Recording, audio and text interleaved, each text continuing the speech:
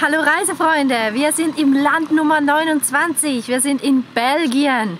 Eingereist sind wir ja noch, als die Wolkendecke dick zu war. Es war schon Abend und hat geregnet, so wie wir uns Wetter eigentlich in Belgien auch vorgestellt haben. Jetzt, heute scheint die Sonne, der Himmel wird ganz schön blau, nur noch ein paar Wölkchen ziehen rum. Und ich denke, es ist höchste Zeit, dass wir die Aussicht auch von da oben genießen. Habt ihr Bock, mit mir im Glaslift da nach oben zu fahren? Los geht's!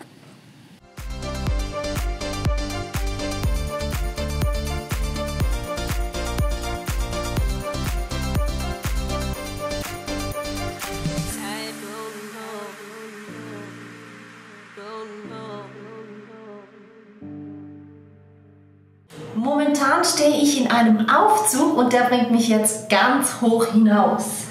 Wir haben hier an einem Stausee übernachtet und ich kann jetzt mit diesem Aufzug bis zur Panoramaplattform nach oben fahren und dann bin ich auf sage und schreibe 77 Meter Höhe. Wo Karl steht und was es sonst noch zu sehen gibt, ihr erfahrt es gleich.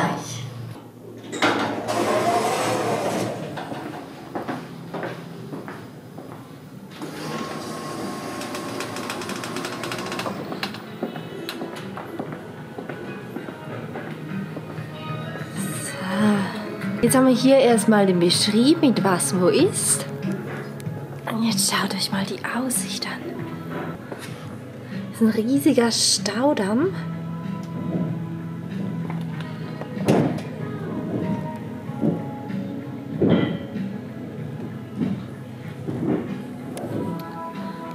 Und hier oben ist dann so ein bisschen Ausstellung. Und da unten steht Karl.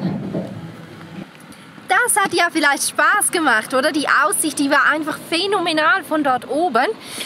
Von Belgien wissen wir, selbst wenn wir das jetzt von oben mal angeschaut haben, eigentlich noch sozusagen gar nichts. Hier gibt es lecker Schokolade, belgische Waffeln und Louis wird jetzt noch ergänzen mit Bier. Und Pommes. Und Pommes, natürlich. Frittierte Kartoffelstäbchen. Ob sie dann wirklich selber erfunden haben, wer weiß. Aber probieren müssen wir sie auf jeden Fall hier auch noch. Tja, ansonsten wissen wir noch nicht so recht, was auf uns zukommt. Für heute haben wir mal eine Wanderung geplant durch den Naturpark. Ich glaube, wir satteln jetzt Karlchen und dann geht's los.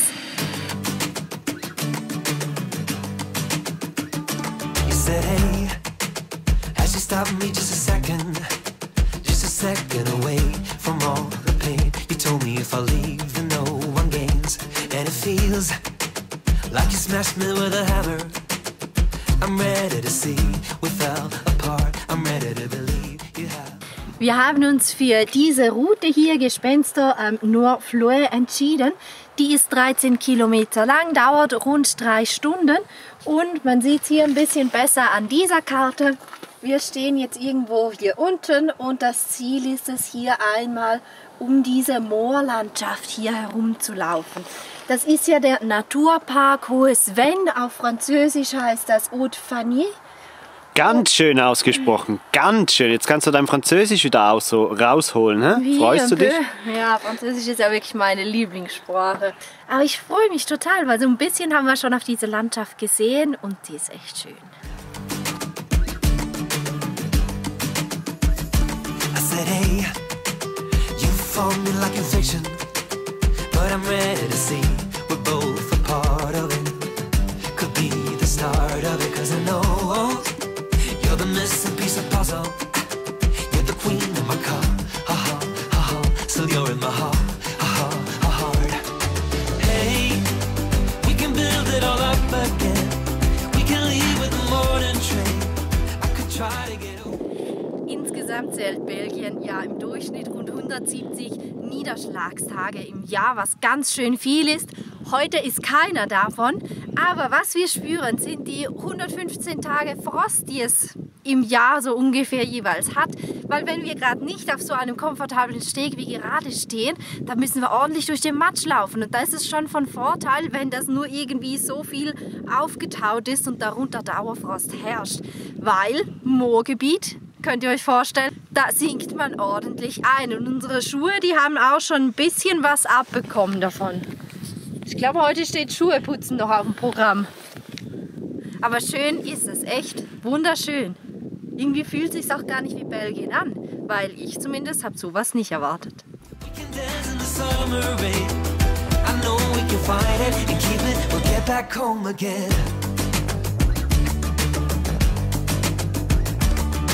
Oh, I'm feeling a wind. There's a storm coming in to break it tonight. Oh, but I'm sure we will win. Just pushing it in.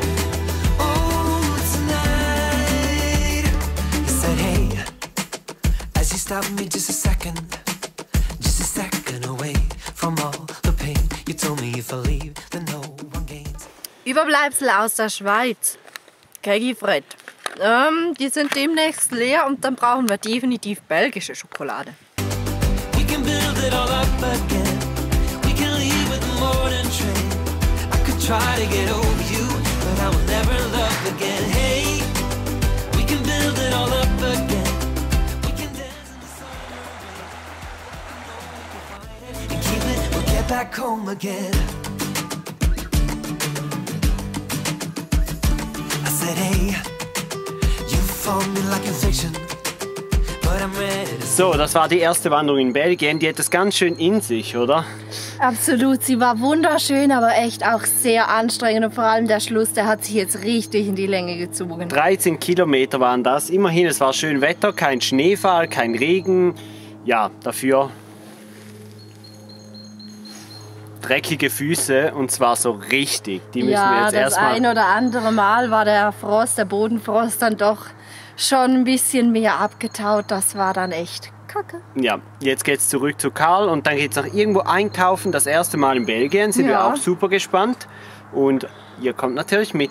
So, wir sind wieder am gleichen Stellplatz, wie wir heute Morgen zu unserer kleinen Reise hier aufgebrochen sind. Zum Glück, wir sind nämlich echt total auf der Fresse. Das war richtig anstrengend. Der Stellplatz hier hat Platz für 4 Mobile. Ich weiß nicht, ob Steffi das schon gesagt hat. Der ist kostenlos und es gibt sogar kostenlosen Strom. Und das kommt uns natürlich zugute, weil heute müssen wir definitiv alle Kamera-Akkus wieder aufladen. Steffi war auch schon einkaufen. Jetzt bin ich gespannt, was es zum Abendessen gibt. Ich zeige euch das dann später natürlich. Ihr bleibt weiterhin dabei und ich denke, der Vlog geht dann auch morgen weiter. Erst machen wir jetzt aber, wie gesagt, Abendessen. Ich stecke Karl jetzt kurz ein, den Strom und alles und dann sehen wir uns später wieder.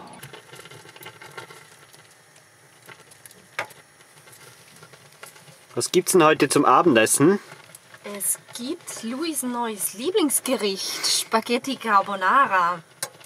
Mal ein bisschen einfacher als sonst, oder? Genau, und trotzdem deftig, herzhaft, gut. Das haben wir uns verdient nach Denke ich mir auch. der Wanderung heute. Ja. Möchtest du unseren Zuschauern noch zeigen, was du da hinten eingepflanzt hast und was da so steht? Ich denke, das haben sie noch gar nicht gesehen. Ja, das stimmt natürlich. Wir haben Schnittlauch und Oregano mit dabei. Die machen sich ganz schön gut hier. Und dazu, wenn es ein bisschen wie zum Beispiel jetzt nach so einer Wanderung ein bisschen Geruch hier drin hat, dann macht man einfach, schüttelt man den da so ein bisschen. Und da kommt der Oregano-Duft ganz schön durch. Und hier vorne habe ich auch so ein paar typische Frühlingsblumen. Das macht dann auch nichts, wenn die an der Scheibe zumal noch ein bisschen kalt bekommen. Theoretisch könnte man die ja sogar noch draußen pflanzen, von dem her. Die halten sich ganz gut und geben ein bisschen Farbe hier in den Van rein. Einkaufen, wie war's? Belgien, das erste Mal. Ja, es war ein relativ kleiner Supermarkt mit vielen Eigenmarken. Wir waren jetzt hier in diesem Shop hier. Hatte alles, was ich gebraucht habe, außer ich mag ja immer gern Frischmilch und nicht die UHT-Milch. Muss ich jetzt aber darauf zurückgreifen, weil es leider keine Frischmilch gab. Die stellen wir hier ein bisschen runter. Und du bringst mich ein bisschen aus dem Konzept. Jetzt habe ich nämlich gar nicht geschaut, wenn ich die ins Wasser gemacht habe. Kann man ja probieren, aber zeig mal noch kurz das Bier, weil da hast du ja auch schon zugeschlagen, oder? Genau, ein ganzes wir wissen ja noch nicht, Gestell voll. wie viele Sorten es gibt in Belgien an Bier. Ich denke nicht, dass es irgendjemand noch zählen kann. Ich habe hier einmal Belgo, ein Bio Amber. Und hier habe ich Belgian Peak Bier, ein blondes. Da bin ich ja mal gespannt. Auf jeden Fall vielen Dank fürs Mitbringen. Hä? Gerne doch. Und jetzt muss ich mich hier wieder meinem Geköch widmen. Sonst sind dann die Spaghetti bereit, aber die Soße noch nicht.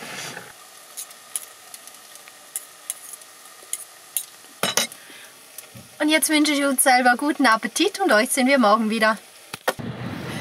Guten Tag, liebe Reisefreunde. Wir sind weitergefahren und auf dem Weg, den wir jetzt fahren, lag das hier, die Rennstrecke. Und sobald es um Motorsport geht, ihr wisst es, ist Louis zuständig. Deshalb soll er euch mal schön erzählen, was hier eigentlich los ist. Ihr hört es schon, den Motorenlärm an. Wir sind hier in Spa-Francorchamps, sagt man, glaube ich. Hier sind ja jeweils auch die Formel-1-Rennen in Belgien. Und ja, das lag jetzt nur 12 Kilometer von diesem wunderbaren Ort entfernt, wo wir gestern zum Wandern waren. Wir haben da eine wunderbare Nacht verbracht, war richtig schön ruhig. Ob es jetzt so ruhig wird, keine Ahnung. Ihr wisst, wie es läuft. Wir schauen mal, wie weit wir kommen, keine Ahnung. Eins ist schon mal klar, absolute Drohnenverbotszone. Also von oben werdet ihr da nichts sehen. Ich denke, die Kurve kennen wir Männer alle, oder? Die ist ja wirklich weltbekannt.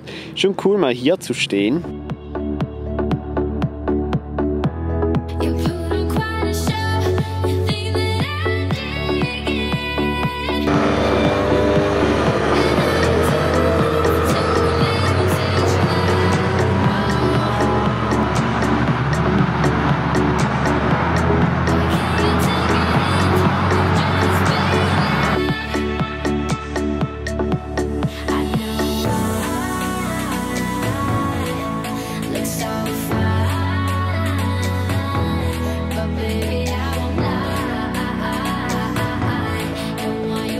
Jetzt ja schon bei ganz schön vielen Rennstrecken, unter anderem in Brünn oder in Spielberg. Und auch hier kommt man echt gut dran. Also in Brünn war das ja nicht der Fall, aber in Spielberg. Man kann überall rumlaufen, es hat keine Beschränkungen. Wir stehen hier oberhalb der Boxengasse. Es ist nicht wirklich viel los. Ihr habt vorher die Autos gesehen, die tuckern da mit 50 über die Strecke, also ganz schön langweilig. Wir besichtigen jetzt noch ein bisschen die Strecke und das Feeling und dann würde ich sagen, geht's für uns weiter.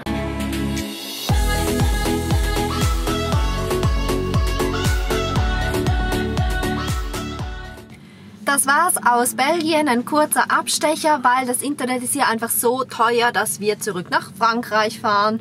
Ja, ist natürlich nur ein Zwischenstopp. Wir haben tatsächlich jetzt in Belgien uns eine SIM-Karte geholt von Orange. Die bietet uns für 15 € 4 GB Datenvolumen, unbegrenzt Telefonie und ich glaube 4000 SMS. Erstens, wer schreibt 4000 SMS in 30 Tagen? Und zweitens, wer schreibt überhaupt noch SMS? Ja, die könnten auch 1 Million gratis SMS dazu packen. Interessiert doch kein Mensch. Ja, auf jeden Fall fahren wir jetzt via einer Bierbrauerei. Sowas muss ja auch sein. Dann Richtung französischer Grenze. Dort hinten gibt es noch eine Abtei, die wir unbedingt anschauen wollen. Und dann ja, fahren wir nach Frankreich, holen uns eine Free-SIM-Karte, arbeiten wahrscheinlich was noch ein bisschen drüben in Frankreich und laden vor allem ein paar Videos hoch, weil dort haben wir ja dann 100 GB frei. Und danach, wenn wir so ein bisschen wieder up-to-date sind, werden wir zurück nach Belgien kommen. Eigentlich sollte es ja zu dieser Bierbrauerei gehen. Da geht es da hinten lang. Da waren wir auch schon. Da ist aber alles total überteuert und irgendwie nicht so ganz unser Stil. Und jetzt haben wir diese Pommesbude hier gesehen am Straßenrand. Und da gehen wir jetzt mal rein und essen hoffentlich unsere ersten Pommes. Ich bin ja abgelenkt, da kommt wer angelaufen. Du kannst schon mal reingehen. Geht schon mal rein. Wir haben ja schon einen ganz schönen Hunger zusammen. Louis hat schon was bestellt, ich weiß nicht was, weil da draußen, da hatte es so eine süße kleine Katze. Da musste ich jetzt erstmal Kampfkuscheln, bevor ich jetzt dein Ballwasser auf den Tisch kriege. Unsere ersten Pommes kommen gleich. Oh, Pommes gibt's. So, es gibt einmal Pommes, einmal Frikadelle und einmal Käse Coquette. Wie schmeckt's? Gut.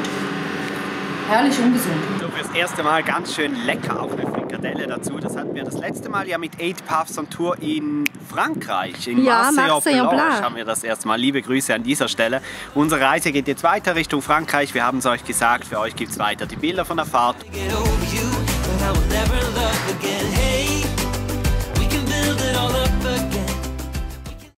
Wie Steffi ja vorher schon erklärt hat, sind wir nun in Frankreich angekommen. Für ein paar Tage haben wir uns hier auf einem Stellplatz einquartiert, wo wir super Strom haben für 9 € und wie gesagt, arbeiten ein bisschen für euch. Wir laden Videos hoch und so weiter. Die ersten paar Tage in Belgien, die waren wirklich der Oberknaller. Also da kommt noch ganz, ganz viel mehr. Ich freue mich richtig auf Belgien, weil das, was wir bis jetzt gesehen haben, das war wirklich richtig schön. Und wir haben so viele Tipps von euch bekommen auf Instagram und überall auf Facebook, was wir alles tun sollen. Wir könnten wohl ein ganzes Jahr hier bleiben, aber so viel Zeit haben wir nicht. Aber wir werden uns die gegebene Zeit nehmen, um dieses Land so richtig zu erkunden, weil ich glaube schon, dass das richtig cool wird. Aber für dieses Video war es das. Wenn es euch gefallen hat, gebt uns einen Daumen nach oben, schreibt einen Kommentar, wart ihr auch schon mal in Belgien, abonniert den Kanal und dann sehen wir uns das nächste Mal wieder, wenn es so richtig weitergeht durch Belgien.